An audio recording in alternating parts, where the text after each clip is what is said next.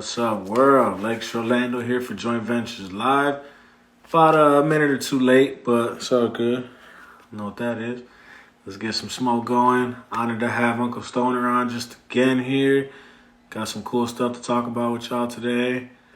Let me go ahead and send out this invite, telling the followers that's what's up. Everybody who's available, we got some bud to roll. Let's get some smoking. All right, boom. All right, got some invites sent out. Got some bud rolled up. Some trustworthy runts. I'm excited. Some good smoke right here. Hopefully I get Uncle Stoner tapped in the next couple minutes. Yo, what up, y'all? What up? What's good? Got some friends and family on the live so far. Get some smoke going. 3 minutes. Let's go ahead and get Uncle Stoner tapped in here. Let's see. Damn, some very close friends and some family. Some friends that might as well be family tapped in, showing love. Appreciate all the continued support. Hopefully y'all smoking along. Let's go. Where's Uncle Stoner? One of the legends of the cannabis sector. I can't even call him cannabis industry because some people at his status, at his level, don't like to be told that they're a part of the industry. You know, it's not like a negative thing, but it's just more they'd rather keep their names away from the corporate bullshit. Uncle Stoner, how's it going? Hey, good. I was actually on your message thing, waiting for you to send me a message. So I was on message, and also I looked up. I said, wait, he just sent me what's up. Nah, Sorry about that. hey, not a problem at all. I appreciate you taking the time. One of the, it was an honor to have you on the first time, so to have you on as a return guest means a lot, man. I appreciate you taking the time. No, but don't worry. It gets me away from doing some harvesting. I'm helping a friend out here doing some harvesting and some things, so it gives me a little break. Lets my fingers stop from being sticky and all that. There you go. Give you a time to smoke, huh? Yeah. Smoking on some live resin right here. GMO Skittles, nicely pressed. Oh, where's the camera? Oh, there you go. There you go. Okay, nice. I see the consistency. It looks good. Yeah, it's Skittle. What is this? Gorilla Glue Skittles? Yeah, Gorilla Glue Skittles. Just picked it up Nice. today. So Very nice. Looks good, man. I got some flour. I'm gonna spark up something for you at 420 once it hits, and there goes shout out Berg, shout out. I know it's 520 out where you're at, but I'm gonna go ahead and spark this guy. yeah, it's 420 somewhere. That. So here,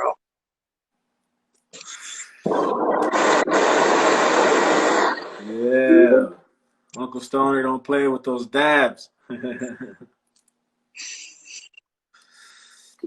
well, still got usually that I bad do. boy?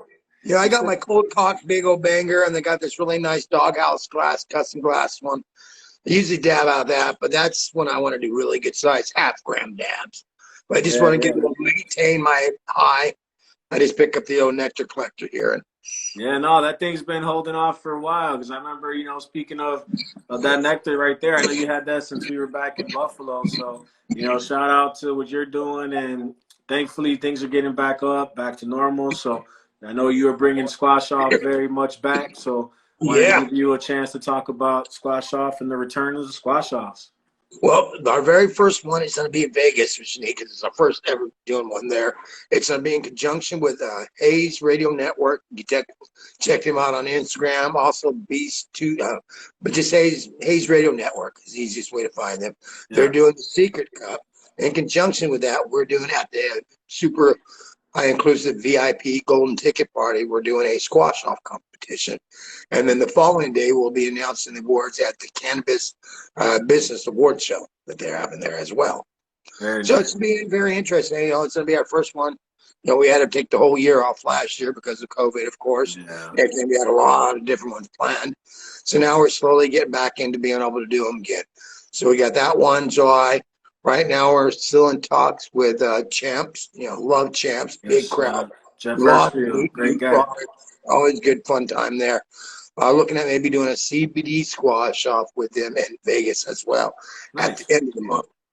And then we got a CBD squash off we're working on with some people in near Wisconsin. Wisconsin They're growing a lot of hemp, a lot of CBD there. So we're going to be doing a CBD squash off with them. And then at the Grow Trade Fest, which is coming up also in August, at the end of August, 27th to 29th at the Lake of the Ozarks at the Four Seasons Lake of the Four Seasons cabin. It's going to be there. Really nice resort, really nice place. Nice. Should be a pretty good, interesting thing. We'll be doing a squash off in the VIP area, which fits over 300 people. There you go. Yeah, man, that's beautiful news for me because it was an honor to be at the one in Buffalo. I got to kind of just kind of tap in. I wasn't a part of it, but the one that you did in Michigan, that was awesome at Clio. For the High Times Cup. So I kind of wanted to ask you too, like, what was the real inspiration behind starting Squash Off? What do you want people to take from it?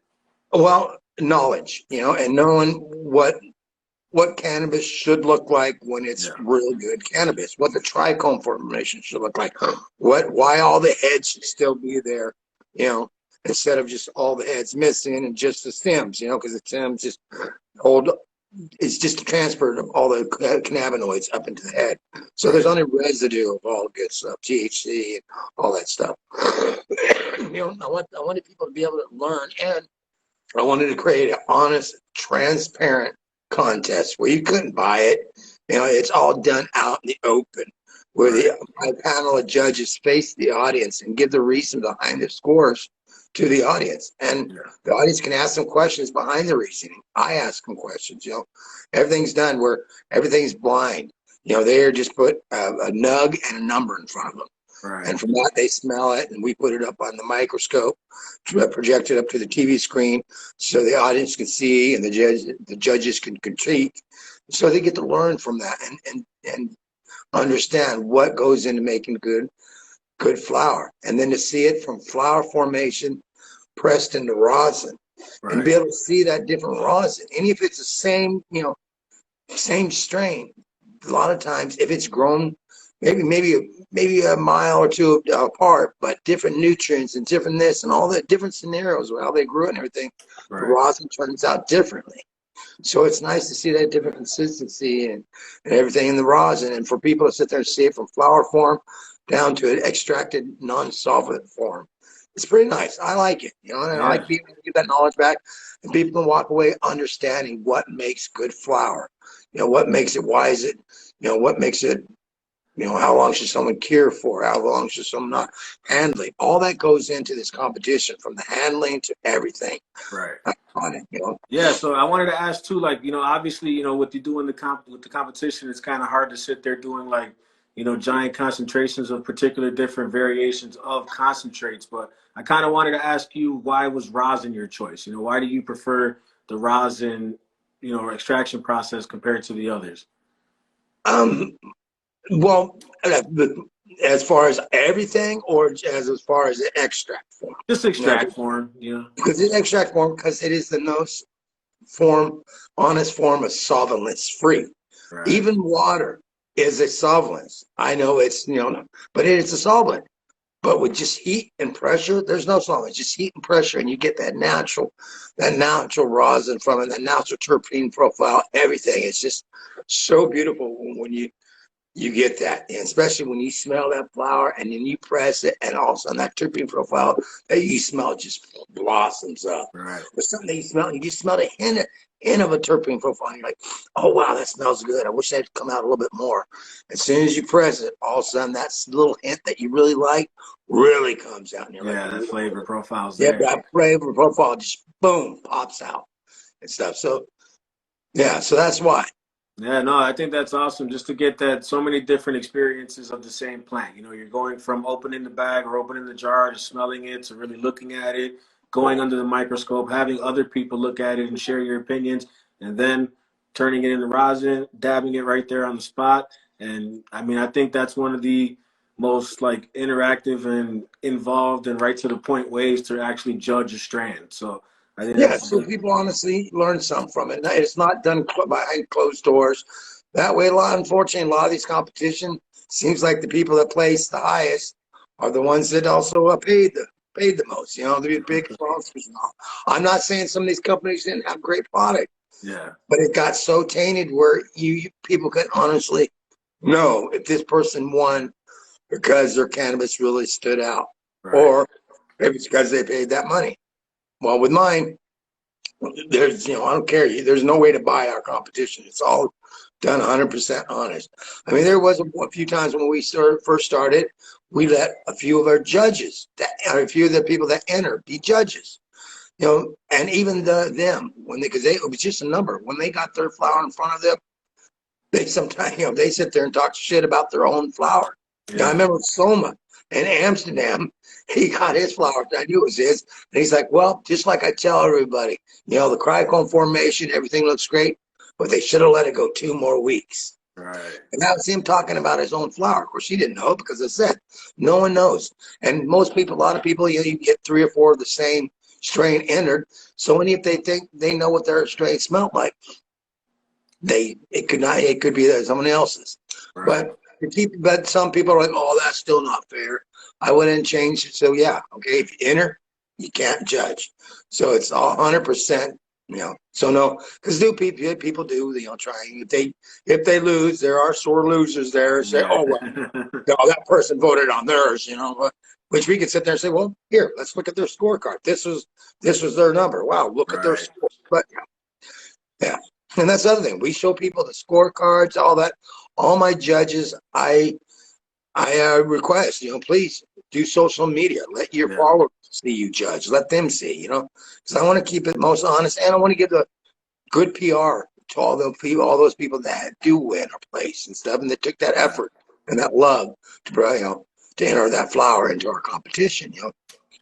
There you go. No, Yeah. so I think that's why it was an honor to have you on again, just to kind of highlight on that, and hopefully I can make it. I'm gonna try my best, but I'm excited to see maybe next year or Well, so. Maybe a Chicago one will be in the works. So I'm hoping hopefully so. I. Yeah, hopefully Chicago, and as I said, hopefully when Champs comes back to Chicago, because of the rules there, you can smoke inside. Right. So I think they're going to be able to do legal cannabis sales and smoke inside during Champs. So I think we'll be able to actually do a squash off during Champs at Champs, perhaps. I have to talk to Jeff more about it. Yeah. Yeah. But he No. kind of approached me on the idea 2 years ago when they had it there, and they Right. were finding out as soon as they found out that they could, if the virus wouldn't have happened, we probably would have already had a squash off in Chicago with Champs. You Yeah. know, but unfortunately, though, since we're getting a late start, we can only do so many this year. Our last one will be November 14th in Okay. Mexico. We're going back to Mexico. Oh, We're really nice. enjoyed it there. Mexico, I think, is going to be a huge market for cannabis. They're very, very passionate over there, and there's a lot of good growers. I was impressed with our competition that we did, and also they had an actual cannabis competition there as well. And I was impressed with the flower and the entries and everything that they had. And this is before it was pretty much legal like it is now. So Right. now I think you'll be seeing a lot of big plays, a lot of big things happen there in Mexico, I believe. So yeah, I enjoy going back there. They're good. They're good people. They love to listen. They love the knowledge. Very That's attentive. Very important. yeah. That's awesome. Yeah, and I also seen you were on the road as far as doing, you did that tribute to Boston George. So I kind of wanted to, rest in peace. I wanted to kind of give Yeah. you a chance to just talk about you a little bit. The time that you did spend with him, what kind of man that you can, touch on who you think he was. Oh well, I'll be honest with you. The time I spent with him was some great times, some hard times, some funny times, and some angry times. I mean, if you knew George and you truly loved him and spent time with him, you felt all of them emotions with him because he put you through the roller coaster. To him, it was pretty much always, it was his game. It was his life, and he lived it always. From the day he died, he lived it the way he wanted to, Yeah. and I loved him for that. And the stories that I were able to get from him through the years, that we became friends, were some pretty funny, amazing stories where you're like, oh my God, he really lived life to the fullest, from starting out with nothing to having everything Right. to prison to being semi-famous again. I'm hoping once this docu-series comes out about him, sad that he's gone, but more people will know about him because people are like, oh well, he was a Right. cocaine dealer. Why he's celebrating him so much. A lot of people don't realize he smuggled cannabis into this country for 15 years prior. That's 15 years prior, really? 15 years before he got into doing coke, supplying it. He ran cannabis into the U.S. for 15 years. That's a Wow. lot longer than a lot of companies that are right now that are in the industry have ever been or even have time. So think Wow. about it. And if you think about that, all the cannabis he brought in from Mexico, Colombia, Jamaica, a lot of that stuff sticks, stems, Wow. seeds, a lot of Right. seeds. So you Right. think about how many people probably took them seeds and it started growing them and then crossbreed them with other stuff. So I think he's a father of a lot of old school genetics out there. He was Wow. from all the stuff he brought in. And Yeah, I then a mean, lot for of people 15 don't know. years of doing what he was doing, I mean, wow, that's amazing to think of the reach of that. I mean, his cannabis has either in flower form or in seed form has touched probably every part of this country. So, Yeah, since the late 60s, early 70s, he started. I think late 60s, he started smuggling it, and so wow, yeah, a lot of people don't realize that because, of course, in the movie, when Johnny Depp played him in the movie Blow, it only yeah, shows the full, small part of it with him doing it. People don't realize, no, it was over yeah, 15 years that he did this. And when he went to prison, it wasn't for coke. He's never been to prison for coke whatsoever. It's always really, been cannabis. Yes, cannabis. First time he went in was for cannabis. Then when wow, he went in the last time for 23 years, it wasn't all them big old things of coke on the table. It was pounds of weed on the table. I think it was 20. I forgot how many pounds because I've seen the really, original police record, and no, it's cannabis. But wow, to make the movie interesting and everything, they yeah, kept it on because that's what Hollywood and everybody thrived on back in the day. Was it? yeah, I mean, pretty much, yeah. If you did coke back in the day, it was from him. And of course, back then, I'll be honest with you, it was a lot purer than what it was today. Nowadays, people step on it and all that yeah. stuff, so it's not even really coke like Touching so many what, hands, yeah, yeah, what George brought over and stuff. I mean, I'm not saying it was great for you, but if he did it in small quantities, like it was meant to be done, what Sigmund Freud suggested and stuff, then it was okay for people. But but then yeah, now, especially now with all these chemicals and stuff in it, yeah, yeah. I How wouldn't. Yeah. did you ever ask him his opinion on the movie? Did he like the movie? Was he fond of it? Be honest with you, he only saw it once all the way through, pretty much, kind of, and Really? that was over here. It was here at this house, No and way. that was, and then remember, and this was our maybe what 4 years after he got out of prison, and I don't know how many years after it's been out. But he's only before that, he's only seen pieces of the movie because remember, Wow. it's his life, and there's parts in that movie Yeah. that kind of hit him hard, like when his first girlfriend, when she passed away. I know that really it's hit him hard and Yeah. stuff. So he didn't want to relive that again, seeing that girl. Because I think it's I kind of wonder sometimes how things would have been or how his life would have been if she wouldn't have passed away, Yeah. and Wow. everything. Of course, Tuna, though, also, of course, Tuna was with him. But if you notice in the movie, all of a sudden, boom, Tuna was gone. You didn't really see Tuna anymore out in the movie. That's because when they were doing the cannabis, after 13, 14 years, him and George are driving to Mexico. Just drive. All of a sudden, Tuna's like, George, stop. I need to get out. Yeah. George pulls over, thinking, okay, Tuna needs to take a piss. No, he gets out and says, okay, George, I'm done. Because I've made enough money. You know you've made enough money, but I know you're not going to stop because it's not about the money. It's about the thrill. Yeah, and you're just going to keep on going until you can't, until I don't know. Of course, Wow. George got upset a little bit, took off, got in the car, drove off for like a minute, turned around, came back, could not find Tuna whatsoever, nowhere around, until I think it was 14 years later. George is driving in Boston. George is driving in Boston, and he looks, and there's this guy mowing. He's like, recognize this guy mowing a lawn, riding a lawnmower at a hospital. And he's like, he pulls over, jumps over the fence. It's Tuna, of course. He runs up to him. No What way. are you doing here? He goes, I'm working. What do you mean? He goes, why are you doing this? I need the money. He goes, George's like, no, you don't. He goes, what's your dream? What do you want to do? Yeah. And he said, well, honestly, I want to own a dairy farm. I want to live on a farm. I want a farm. So George went and bought him a dairy farm. Yeah. Nice. And That's the type of person George was. Yes, he was a drug smuggler and stuff, but he also had a big heart and helped a lot of people. A lot of people he didn't know he kept money out to. Yeah. Just help people out through their lives and stuff. He used to put money in account at for his dad. One time he needed some money, he goes to the bank to get some out there, and it's all gone. He goes to his daddy, "Where's the money?" He goes, "Well, son, you make it, and I give it out to the neighborhood and the people that need it." Wow. So even his father was a giving man, and I think that's where George got it from. A lot of his giving spirit was from his father. Man. I think that's a great story and a great way to honor him, man. I appreciate you taking the time to, share a little bit of your relationship with him. I appreciate everything you're doing, Uncle Stoner. It was an honor to have you on again and just to keep on connecting with you. Let's stay in touch. I definitely, hopefully, we'll be able to get to a squash off, but if not, I know I'll be at one in the future. Keep doing what you're doing. Thank you for everything you have done, and I'll be talking to you soon, Bobby. All right, peace, man. Bless. Have a good one. Take care, Uncle Stoner. Take care. Joint Ventures Live.